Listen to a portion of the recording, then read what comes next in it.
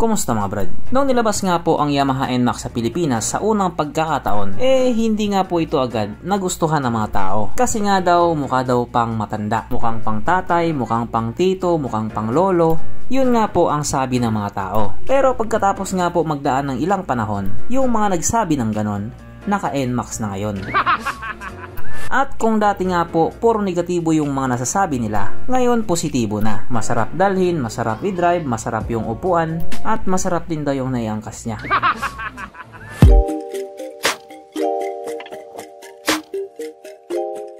Pero syempre bago tayo magpatuloy, kung bago ka pa lamang napadpad dito sa aking walang kwentang channel, huwag ka na mo-subscribe. So yun na nga, isa nga po sa pinakamabentang maxi scooter na nasa kategory ng 155 o 150cc, wala iba kundi NMAX na yan. Ayon nga po sa mga tao nakabili ng motor na ganito, nasa kanya na ang lahat. Kung ikaw yung tipo ng tao na mahilig sa long ride, ito daw yung motor na dapat mong bilhin, sabi nila. Unlike nga po sa ibang motor, kapag nag long ride ka sumasakit yung likod tsaka puwet mo, sa NMAX hindi daw ganon. Para ka lang daw nakaupo sa sofa. Ganon nga daw ka-comfort yung riding position niya. Wow! At dahil nga po sa pamamayagpag ng Yamaha NMAX, nagtuloy-tuloy talaga ito. Kahit saan ka nga po magpunta, makakakita ka talaga ng ganito. At ngayon nga pong 2024, naglabas na naman sila ng panibago. At hindi lang po ito basta ordinaryong NMAX, sapagkat ito nga po ang kauna-unahang 155cc na motor na mayroong turbo. Yes po, na tinawag nga po nilang Yamaha NMAX Turbo 155 or Yamaha NMAX 155 Turbo. Pagdating nga po sa physical appearance niya, may pagbabago nga naman talaga. Nagbago na rin talaga yung pagmumukha niya. Pero sabi naman ng iba, nagmukha daw made in China. Ano sa tingin niyo mga brad?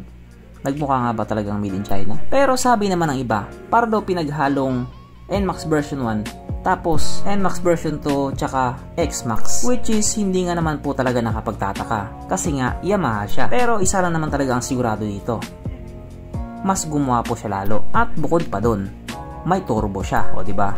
Buti pa yung bagong NMAX may turbo, samantalang yung motor ng iba is turbo. Kaya dahil dyan, pag-usapan na naman natin kung ano meron sa motor na ito at kung gaano nga ba talaga siya kaganda. So ito nga po ang bagong Yamaha NMAX 155 Turbo or Yamaha NMAX Turbo 155 na mayroong 155.1 cubic centimeter engine displacement, 4-stroke single cylinder, single overhead cam with 4 valves. Powered by blower technology, ng ibig nga pong sabihin malakas na makina at the same time matipid pa din sa gasolina. Syempre meron pa din po itong VVA or variable valve actuation.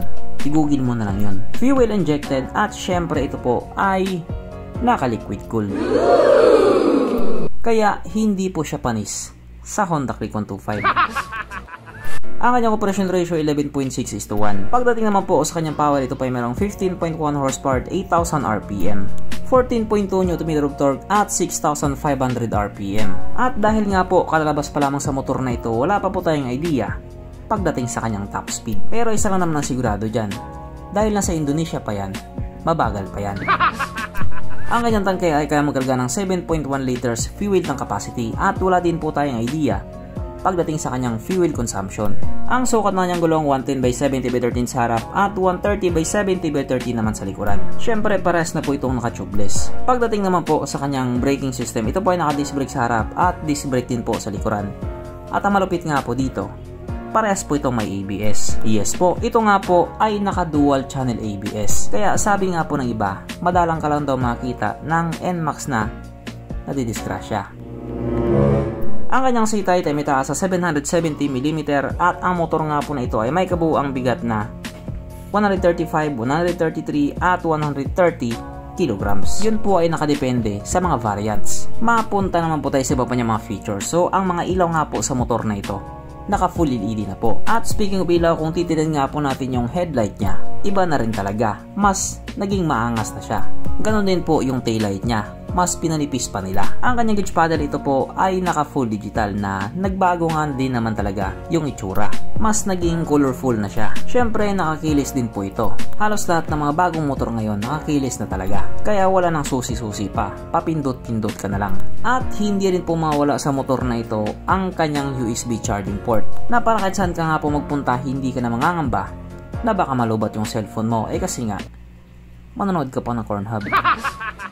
At syempre present nga din po sa motor na ito ang walang kamatayang ISS or Idling Stop System or SSS, Start and Stop System. So sa 82,000 pagkakataon nga po, uulitin ko na naman to. Ito nga po yung mekanismo na kapag nakahinto ka sa isang traffic light at hindi mo pinihit yung silenyador sa loob ng 3 or 5 segundo, kusa nga pong mamatay ang makina sa motor mo.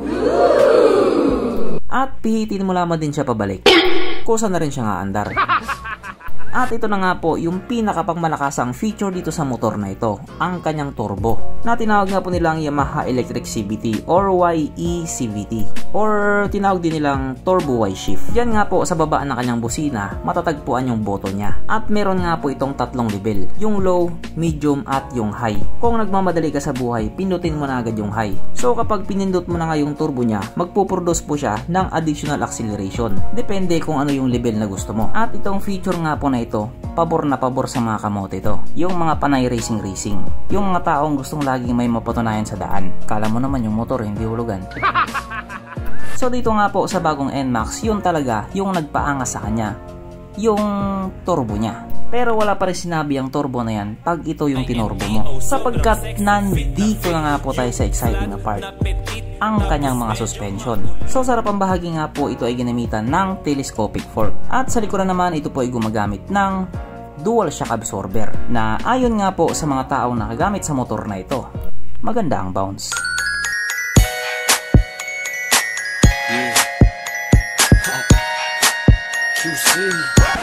At dahil alam kong bitin ka pang nyakis ka, meron pang isa.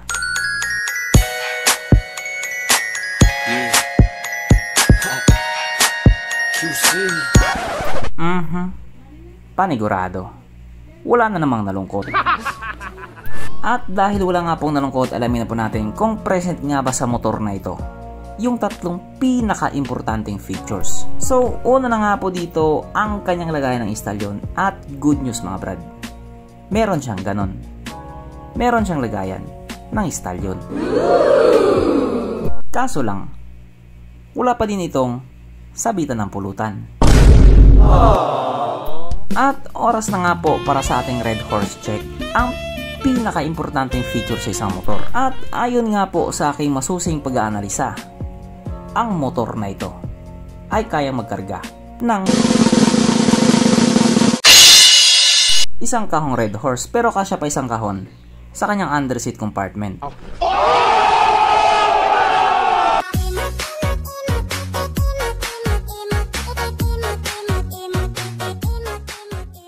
So therefore ang motor na ito ay talagang recommended.